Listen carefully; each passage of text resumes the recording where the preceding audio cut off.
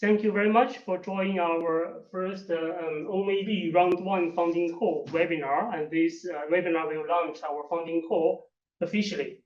So my name is Haiping Lu. I'm the director of the UK Open Multimodal AI Network, which we call it UKOMAIN.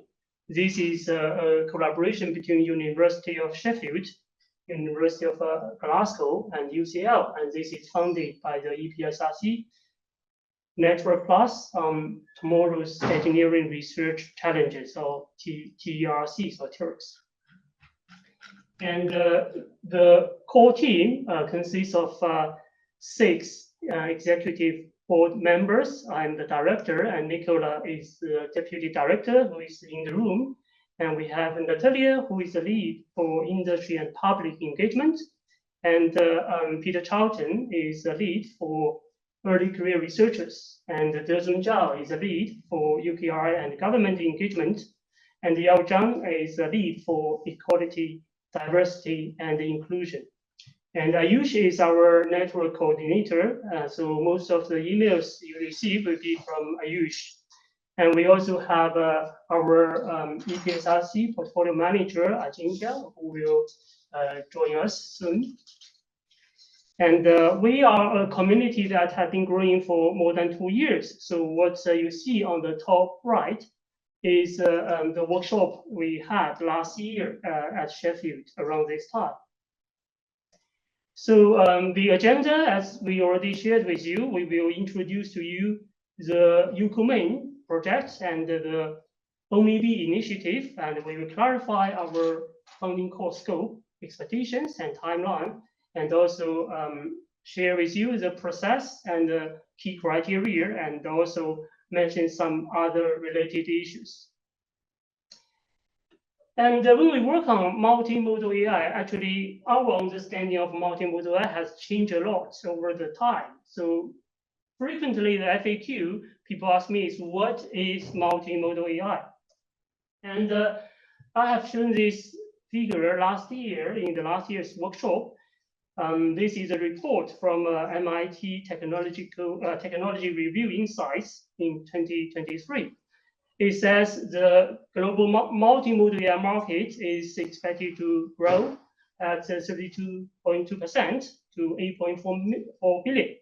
But if you read the report, you will find what we are talking about. Multimodal AI is actually multimedia AI, which mainly talking about images, text, and audio. Those are really multimedia data. But to the general research landscape, our understanding of multimodal AI is much, much broader. It may include chemical structures, social network, and spatial geographical locations, and DNA sequences or store market, and tabular data. These are all possible types of data that we consider as multimodal data. So our definition of multimodal data is much, much broader. And in a few years, 2 years ago, recently, Tomorrow's Engineering Research Challenge report published by the EPSRC identified 8 PDRAs, which cover the space, transportation, material, healthcare, and robotics and AI, global engineering, responsible engineering, and bio-inspired engineering. So when we read through the report, you may find that a common theme is about multimodal data integration. Another common theme is multidisciplinary collaboration. And therefore, our UKOMAIN, our network, is very well positioned to work on multimodal data integration and bring people from multiple disciplinary areas to work together to tackle the tomorrow's engineering research challenges. And for AI researchers, we have frequently seen paper publications on multimodal AI, but majority of the paper we see, for example, at the top AI conferences, is really model-centric AI, where most papers are proposing a new model that will beat the existing model. That's the majority of the papers we have seen. And with the emerging ChatGPT and large language models, people are paying more attention to data-centric research, where it is critical to get the data and curate the data and format the data in a particular way so that we can use our powerful machine learning AI models to learn from such data. So that we call data-centric approach and research. It is focused on how to get the data to feed in our AI machine. And what we think become more and more important is more about deployment-centric research, where we will need to consider the deployment constraint early and also the end user needs early, so that our research, when we have get it done, can actually be deployed in real-world scenarios. Therefore, the primary mission of UKOMAIN is to create an open, dynamic, and interdisciplinary ecosystem so that we can have more balanced research, where we have model-centric, data-centric, and deployment-centric research with roughly receiving similar attentions and efforts so that we can grow the multimodal research towards more practical usage. The objective of UKOMAIN, the first one is we want to build a diverse and interdisciplinary network, which we already have a very good foundation. And second is we want to create a knowledge exchange platform so that we can learn from each other, we can leverage the knowledge from our community. And thirdly is to identify and fund key focus areas of potential high impact, because our resources and our funding are always limited. It's unlikely that we will be able to have high impact in all areas of research. Therefore, we have to identify what are the research areas that we have a critical mass and we can become our strengths, particularly for the UK community. And another objective is to engage industry and policymakers, because to move forward deployment-centric research, industry themselves, by default, their key mission is deployment. Therefore, by working with industry and policymakers can help us to do better deployment-centric research. And we also want this effort to sustain over the 3 years period, and we want to promote more sustainable research and more responsible research. Finally, we want to, through this network, we want to enhance our research capability and provide trainings for the community so that we can do research more productively. And in the past 18 months, 1.5 years, we have bring together a group of about 40 plus researchers to craft a prospective paper called Towards Deployment-Centric Multimodal AI Beyond Vision and Language. The QR code at the bottom is the preprint. And we have identified 5 multimodal AI specific research challenges and gave recommendations on how we can move towards more deployment-centric research in multimodal AI. The first one is multimodal incompleteness, where we have entirely a modality or multiple modality missing at training or inference. Second one is multimodal heterogeneity, where the different modalities have very different, for example, different size, different quality, and they are very difficult to work together, and therefore efforts have to be made to make sure they are interoperable. And next one is cross-modality alignment. We have multiple modalities. We may need to find their correspondence between, for example, between the temporal access or between meaning, right? So whether one modality, that particular meaning, where is the corresponding meaning in the other modality. And also modality complementarity. When we have multiple modalities, whether they are complementary and whether some of them are redundant, and whether we should use all of them, a few of them, or just one of them. And finally, multimodal privacy risk. When we have one particular modality, we may have measures to make sure it's the privacy risk is low, but when we put in multiple modality data together, actually the privacy risk may increase because through cross-analysis, you may be able to identify the subject more easily.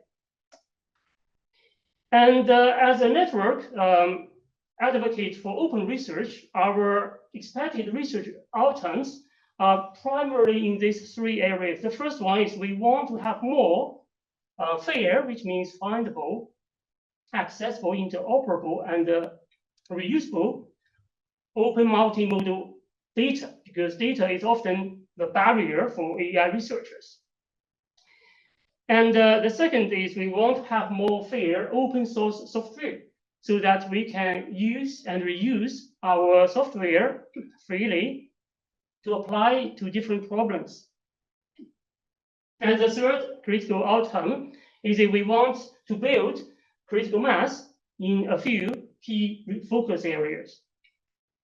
And therefore, this network will implement this Open Multimodal AI Benchmark to enable us to achieve our objectives. We aim to build benchmark datasets, tasks, evaluation protocols, baseline models, and we want teams to work together across disciplines, and we want to build an ecosystem that can thrive over the years. And upon this launch of the core, we will release a UI expression of interest form, and the due date is 24th of September. And we have a website, which is a QR code, which we will regularly update when we have new information to share. And for the OMAIB focuses, we want to support research that address real-world challenges and also align with the objectives of the UKOMAIN. Therefore, we want to build open research, open data, open software, so that we can build a thriving ecosystem. And we want these projects, these benchmarks, to be interdisciplinary and collaborative. So it will not be similar to many of the benchmarks you see in computer vision, in NLP, focused on particular modality-specific capability. That's not our focus. And because you may see our funding are always limited, therefore, on the other hand, we believe there are large amounts of resources that are already there. Therefore, we encourage the reusage and the leverage of what's already there, existing data, existing software that may need a little bit more effort to make them reusable rather than collecting or creating new data sets, brand new data sets, or brand new software, because I think that will be a more cost-effective way to look at what we already have and to maximize the value from what we already created, rather than getting more data, creating more new software. And along with our UKOMAIN focus, we want this benchmark to be more deployment-centric rather than capability, like those kind of modality-specific capability centric. Therefore, we expect the benchmarks to consider real-world constraints, so that when we build a benchmark, it can match real-world scenarios better than many of the academic papers and benchmarks. And we want this to be a community-driven effort. That means we want to have more coordinated efforts. So we do not want projects to work separately as silos, but we want to view multiple projects we funded as a coherent community, and we need more coordinated efforts to make sure that we exchange our ideas, leverage each other's expertise, and reuse other tools so that we can achieve the best value out of the limited funding. And lastly, we will need to work on shared infrastructure, and that will be that means that we will work on GitHub primarily. And more specifically, what we are looking for various output that is related to benchmark. It can be building datasets. It can also be formulating new tasks based on existing datasets, and it can also be developing metrics so that we can do better evaluation of deployment-centric development. What's beyond, for example, beyond accuracy and efficiency? What are the other metrics that we can develop so that we can better measure how deployable our solutions are? And we want to develop better baselines to be more complete, because we see recent research, many research nowadays, they will just ignore classical, like interpretable machine learning methods, where they can actually be competitive and efficient. And because this is a funding supported by the PDRAs, we want your proposal to align with at least one or more PDRAs areas, that 8 areas. And your proposal need to reflect real-world deployment relevance. Right? So we fully understand it's impossible or quite unlikely to have something that is fully deployable, but we want to bring our solution closer, right? So in one aspect, it should be more deployable, at least compared to many of the existing efforts. And we want you to share output openly, your code, your data, documentations. This is because nowadays our research largely based on open source software, and we know how good, how powerful they are. And by breaking those silos and bring people together to share output, it can make our research work better, more transparent, and more impactful. And lastly, we expect us to involve industry and end users, because this is one of our primary objectives, is to make our solution more deployable. And industry is really good at that. They are funded to deploy technologies. Therefore, we think the involvement of industry and end users is essential for your proposal. And as we have detailed on the website and our core document, we have, in this first round, we make available 160K. At the total funding for each project, the maximum we can fund will be 40,000 at 80% FEC. That means your FEC can be 50,000. Your project can be up to 12 months. And we are aiming to support 4 to 8 projects. And we particularly emphasize on cost effectiveness, because our funding is limited, it's bounded. And so therefore, for each project, the more we give to each project, the less we have available for other projects. Therefore, we have to consider cost effectiveness. And we have a detailed timeline for this call. And here I only emphasize a few very important dates that are more critical to people who are interested in participate. The UI deadline will be 24th of September. That is 1 week after our 3rd workshop on multimodal AI.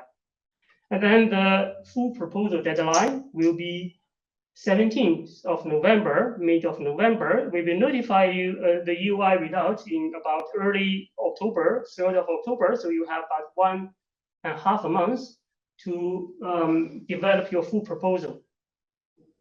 Of course, we hope that you already have developed your ideas before that deadline. From now on until then, we have from now until November, we have 4 months time for you to develop. And then for the shortlisted proposals, we will require all the shortlisted proposals to prepare a video pitch, 3 minutes, maybe around and then submit the pitch, and we will upload to our YouTube channel by 8th of December.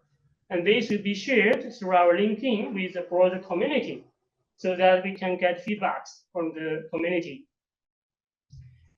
And we expect the funded project to start at the latest by 1st April 2026. And the critical information is, of course, who is eligible to apply. As we are EPSRC funded projects, we need to satisfy the standard EPSRC eligibility criteria we have stated in our core document. If you are not clear, I think you can clarify either with us or with your research office. Usually they will better understand the rules and criteria. And the other 4 criteria we listed is specific to this core. As I mentioned, we want to support and encourage and incentivize deployment-centric research. Therefore, we will require you to have at least one industry partner who will provide a letter of support at the time of full application to make meaningful contributions. And we also expect you to have a clear engagement plan, because we are building a benchmark. If the benchmark is only for the research team themselves, it's not a useful benchmark. We have to think about end users so that our benchmark can lead to further research and eventually contribute to deployment. And we expect open research in terms of open software, open data that will be made open and freely accessible. And because of the time frame and the open nature, we also expect at least one of the applicants will have experience in building benchmarks or contributing to open research. And our evaluation criteria will be respectively consider the following key aspects. The first one is they need to be relevant to the PDRAs, where there's a detailed report, and we will emphasize that on our UI. And they need to be relevant to deployment needs, right? So it cannot be something purely, it's not, for example, we are not supporting blue sky research in this benchmarking efforts. And we will also value the scientific value and the innovation in your proposal, in your benchmark. Just to clarify, this innovation doesn't mean only model, right? So we look at innovation across the whole pipeline. It can be innovation at the data side, can be innovation in the evaluation side, can be even innovation of the process. The protocol, it doesn't have to be model innovations. And we want your project, of course, to be feasible and also cost effectiveness. We need to deliver the maximum value over the funding provided. And we will look at the potential impact of your project and how much you have reused our precious resources, mostly are funded through past projects that are where their values are not maximized or even extracted. And we will look at how you engage the community, including the industry partners, end users, and other stakeholders, and how open you are. And we will look at how diverse and inclusive your team and your research plan is. And as I mentioned earlier, in about 2 months' time, we are going to have our 3rd workshop on multimodal AI at the Barbican Center in London, 16th and 17th of September. And in this workshop, we have confirmed 8 keynote speakers covering all the 8 PDRAs areas. And they are listed on our website, which you can scan the QR code, or just Google Multimodal AI UK and find the workshop. And we will talk about this funding and creating network opportunities to build our community around our ideas. And we will have policy briefing from EPSRC. We will have a mini hackathon the day before the workshop.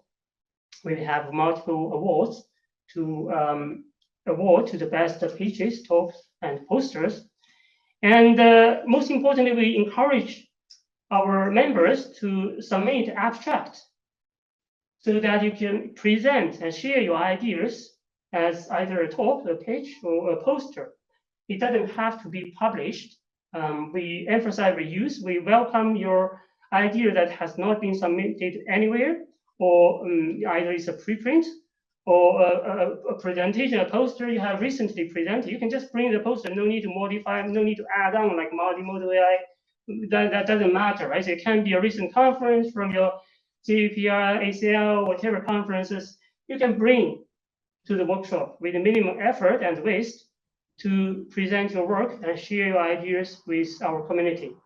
We will have panel discussions to discuss important issues. We will organize a photo competition with the AI track and human track to have some interesting photos with the theme of multimodal AI. And for those who have financial difficulties to attend the workshop, we provide travel bursaries. We can reimburse your travel and accommodation. And we're also providing volunteer opportunities where we can waive your registration fee. So there are rules that you can participate without any funding from your side, but you have to go through this application process, and we need to review your application to support you through travel bursaries and give the volunteer fee waiver. And therefore, we encourage you to consider this opportunity and also submit an abstract to this workshop and also register for our workshop. Don't worry about the fees. If you have good reasons, we will typically support your reimbursement. In particular, if you are interested in contributing to our OMAIB benchmark effort.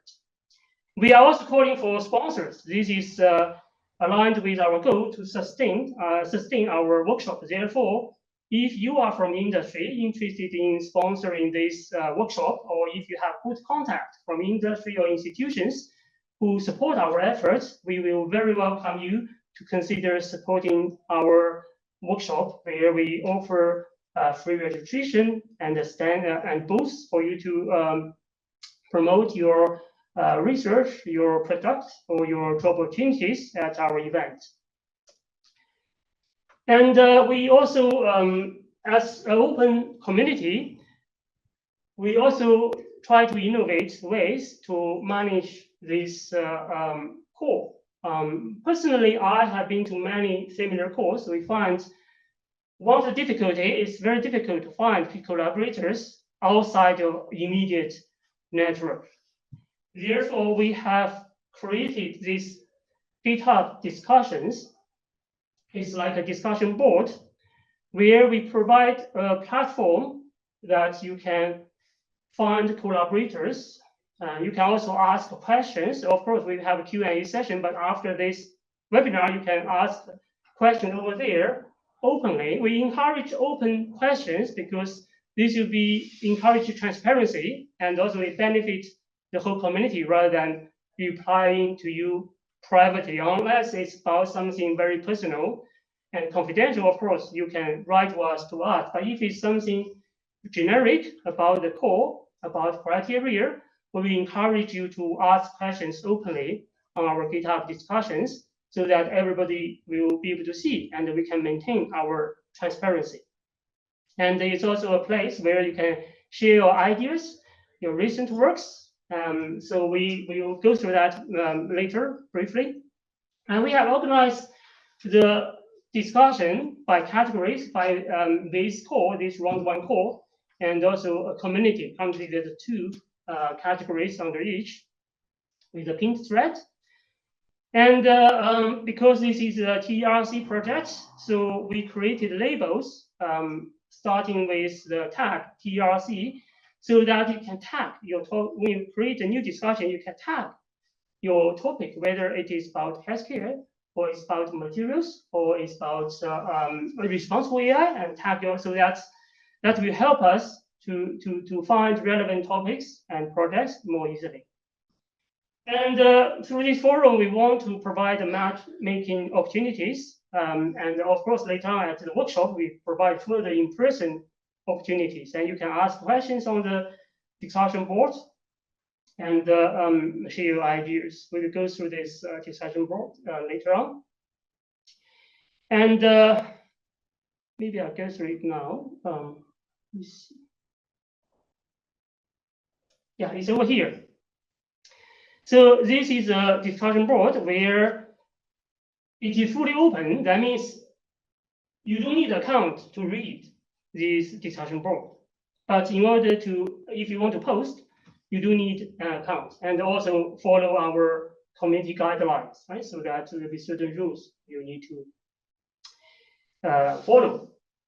And there are four basically forums. The one, this is announcement, that's official. Only the leadership team will be able to post. So this is only for announcements, not for you to post, but for you to read. And on the communities, we have a community showcase where you can share your work, your papers, your demos, your software over here by creating new discussion. You can share your ideas or your suggestions, right? So we welcome, we're very open community. If you have any ideas you want to suggest to us openly, we welcome you to suggest over here. Then other committee members can follow up, can give you a sum up, can bump you up. It's more interactive in this way than emails. And under the round one, later on when we have the project, we will have funded projects under this forum. But currently, the most relevant one may be this one, matchmaking and questions. I have a pinned post over here, which you can follow up with. We have guidelines. You may guess, yeah, with the help of GPT, can help me to just to guide you through, like in what case, right? You may want to post in this thread, something very early stage, very quick, or you may want to start a new thread yourself. If you want to call for collaborators, form a team, asking for help to get industry partners and so on. Please post here, right? So then we will be able to help you, and many other committee members maybe help you. Because we believe there are needs from both sides, from academia and from industry. So here we want to provide a forum so that we can find each other and match our needs. If you want to create a new post, you just click a new discussion and start discussion, and you can type here. Basically, you use Markdown. Right? If you're not familiar, you can always ask AI to help you to write something in Word doc and ask them to convert Markdown, and you paste over here. So it's quite powerful now, right? You can also write directly with rich format over here. So that is about this. In the future, our OMAIB effort will be under this repo I just created. So this is something I really encourage you to explore and to fully leverage. So through the registration form, I have get some questions. We get about 20 questions from the registration form. I will briefly answer some of the questions. The first one is whether the same PI can submit multiple proposals.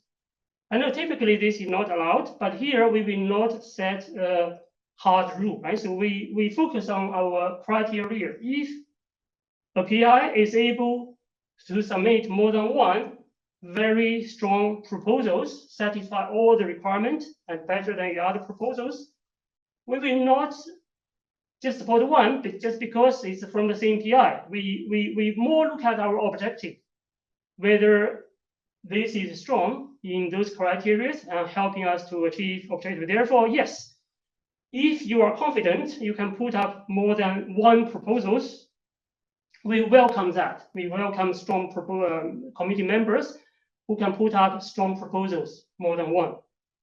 That's the first question about number of PI. And we understand some of people who are not in the UK have signed up the webinar and expressed interest. This is an open network, and as many other open projects, we do not set a boundary on geographical location or nationalities for people to participate in this effort.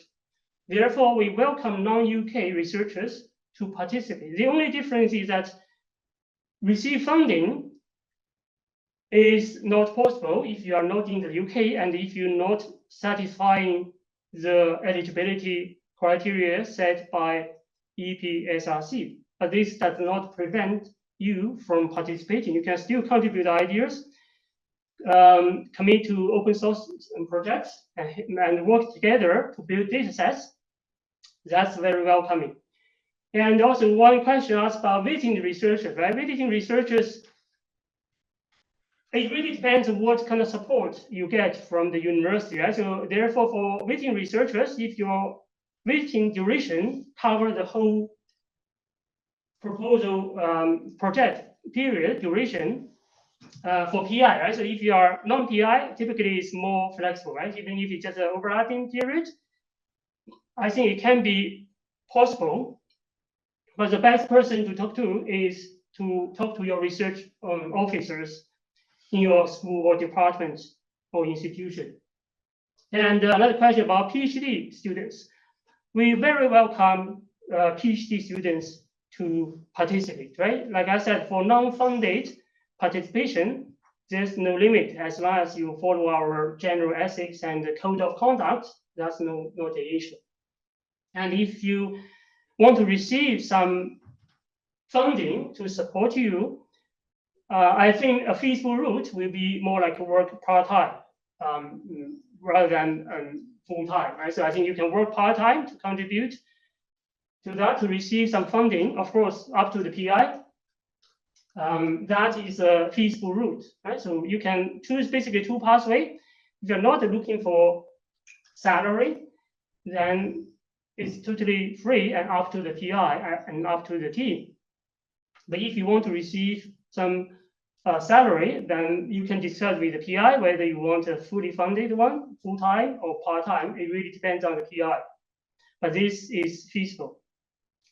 And we are going to, this is the first call, and we will launch 2 more calls next year. Therefore, even if you are not ready this year, or if you are not successful this year in either UI stage or full application stage, you will have opportunities to build a stronger proposal for your submission next year. We have 2 rounds of opportunity next year.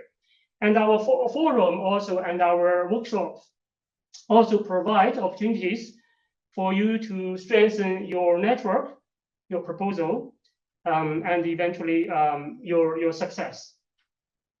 And personally, I grew from an ECR. And I believe this kind of requirement is beneficial in encouraging you to build your network with industry, with end users, so that we can ground our research more on practical needs. And now you can share your questions through Zoom Q&A. I believe I have covered most of the questions put in through the registration form. And we encourage you to use our data discussion board. And visit, for those who are not on social media, you can check out our website regularly. And for those who are on social media, particularly on LinkedIn, please follow our LinkedIn, and that will be our primary public communication channel. Of course, we will also send emails for important announcements. So this is all about what I want to share. We have about 16 minutes left. Sure, and here, may I know any questions from the Q&A? There are some questions in the chat box. I think the most common question is whether the industry partner can based outside the UK, for example, from EU. I think it should be feasible because they are not receiving funding. So this is a very good question, by the way. That's a very good question. For example, our naturally, we have partners outside of UK and the EU. We have partners from Asia, from Singapore, from the US. So therefore, I think the key is about funding, right? So as long as they are not looking, if it's partner, and generally we assume that there will be no funding, then industry partner can be from overseas, as long as they are making meaningful contributions. That's a very good question. Yeah, thank you. Yes. So can a stakeholder and an industry partner be the same? Yes, so industry partners. The question is whether stakeholder and industry partner can be the same. Right? So industry partner is one of the important stakeholders, right? So it's really, I think, it's a stakeholder includes industry partners, right? But stakeholder also include other entities such as end users, right? Because so it's broader. Stakeholder is broader than industry partners. Next question.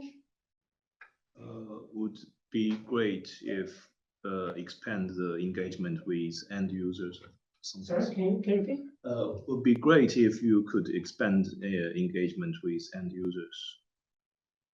You want me to clarify engagement with end users? Yeah, thank you.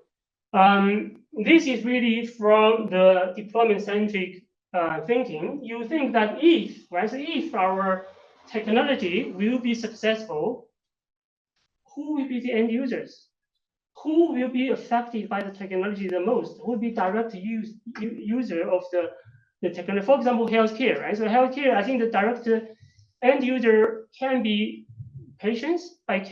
Most frequently, I think it would be nurse and doctors, right? Who will actually use the technology. I think patients, they are also stakeholders, but someone has health. But if it's wearable, right? So then, of course, I think the patients, our public, right, will be end user. So the definition of end user will vary, depends on your problem, your research project. Who are the target? So you need to think a little bit down towards the technology readiness level, the TRL. If your technology mature and enter into a, say, product or tools, practical tools, who will use it? Those are the end users, right? So of course you can. I don't think there's a very specific answer to that, but in high level, that will be what we mean by end user. I also welcome you to open discussions on our discussion board or discuss with us. I think it will be really up to you to identify and to convince us in your full proposal that those who have engaged are the end users and are the key stakeholders. Next question.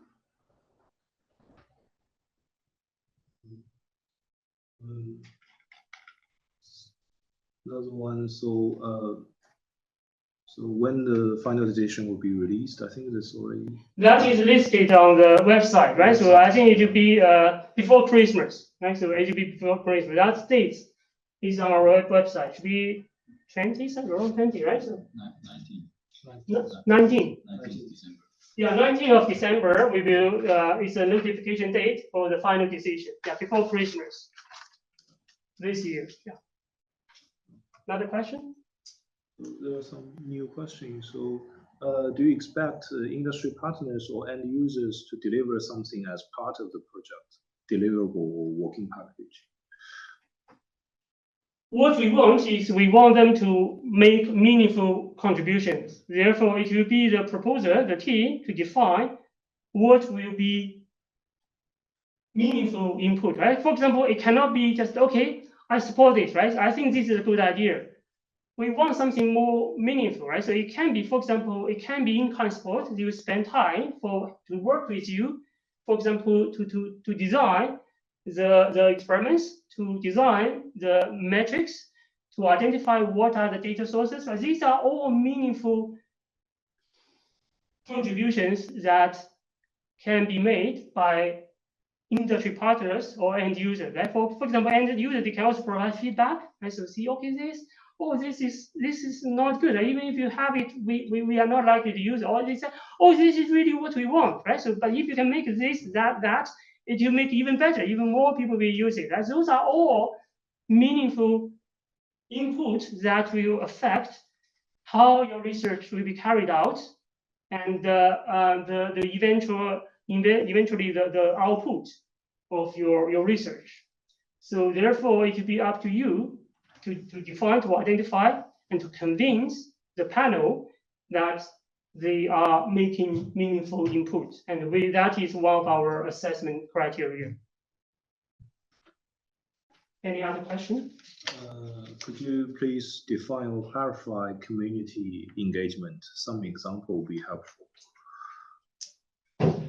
For the community engagement, I think, for example, we mentioned GitHub discussion, right? So that is kind of community engagement already, because open, anybody from the community can participate.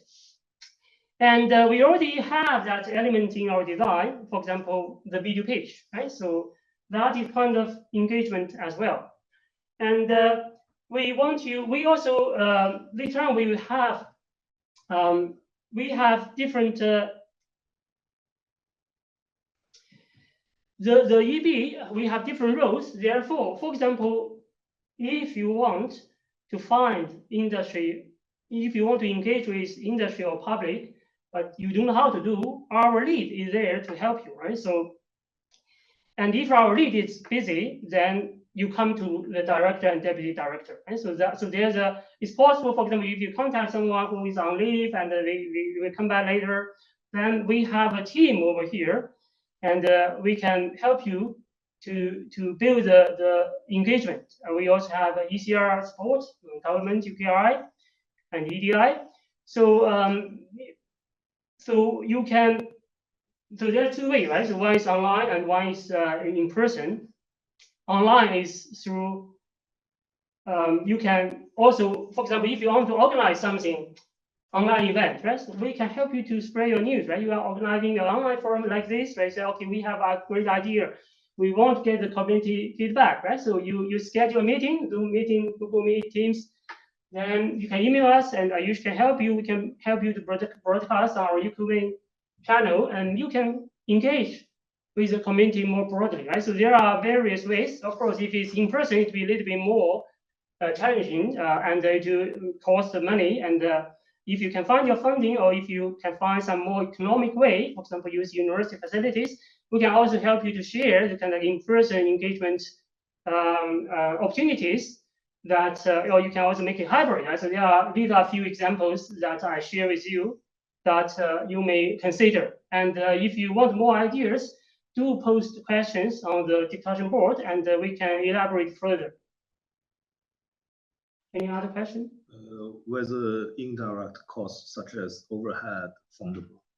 This is clarified in the core document, right? If you go to the core document under funding provided, we will list that, clarify this already there. Briefly, yes, it's covered, right? But we also emphasize cost effectiveness, right? So if you are going to spend majority of the, like 40 or 30% on overhead, you may need to justify why this will be a good value for money, right? So maybe it is, right? Maybe there will be other ways you can leverage, things you can reuse, right? So therefore, we do not set a hard rule. We think that is eligible. Indeed, if the short answer is yes, but on the other hand, we want you to remind you that, have you considered cost effectiveness?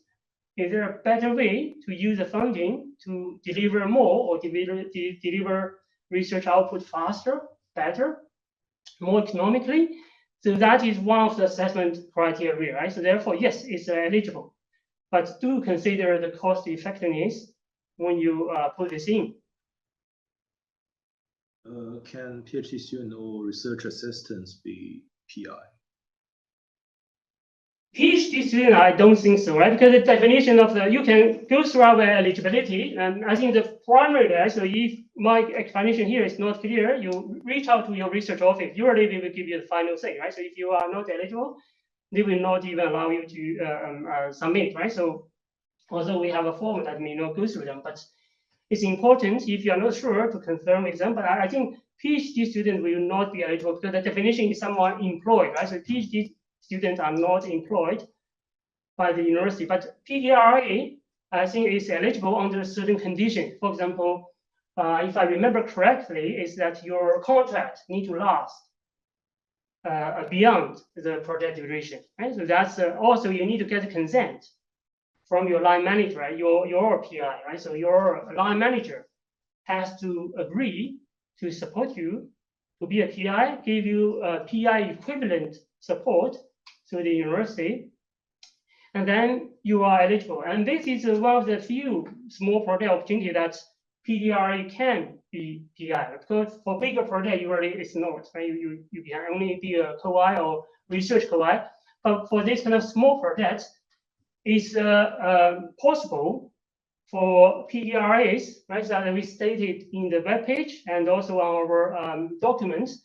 PDRA are eligible if you satisfy certain conditions. Therefore, we strongly encourage PDRA to consider this opportunity of becoming either PI or co-I to lead a project, to lead a community effort, to build your career profile.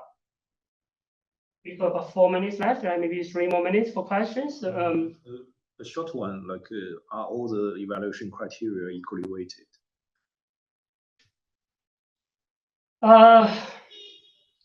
So we haven't really assigned the weight between. We have quite a number of criteria, right? So obviously all of them matters, but the specific weight we will clarify at a later time point, right? So later time point. But all of them are important, right? So eventually the funding will depend on the whole holistically.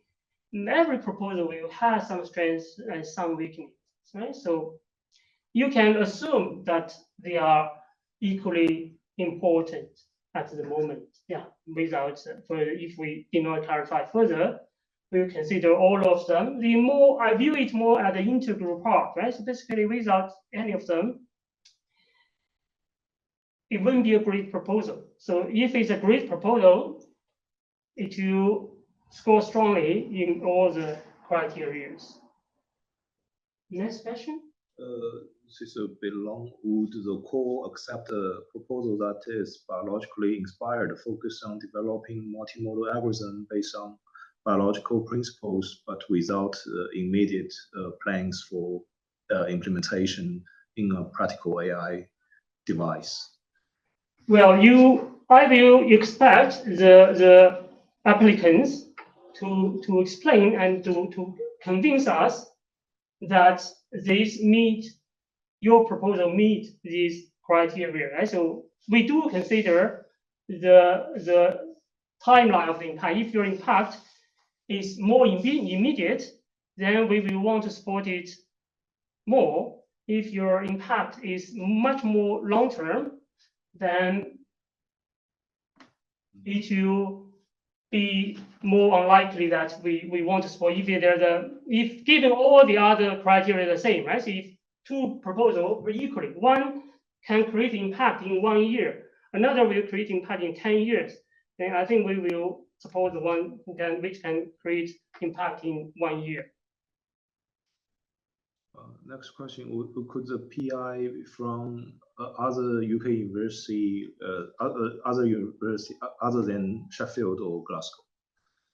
It's open to the UK, right? So eligibility is any UK institutions eligible for EPSRC funding, right? So it's not only for the partner. It's open to the UK, including universities, institutions, basically any institution, organization eligible for EPSRC funding will be eligible to apply.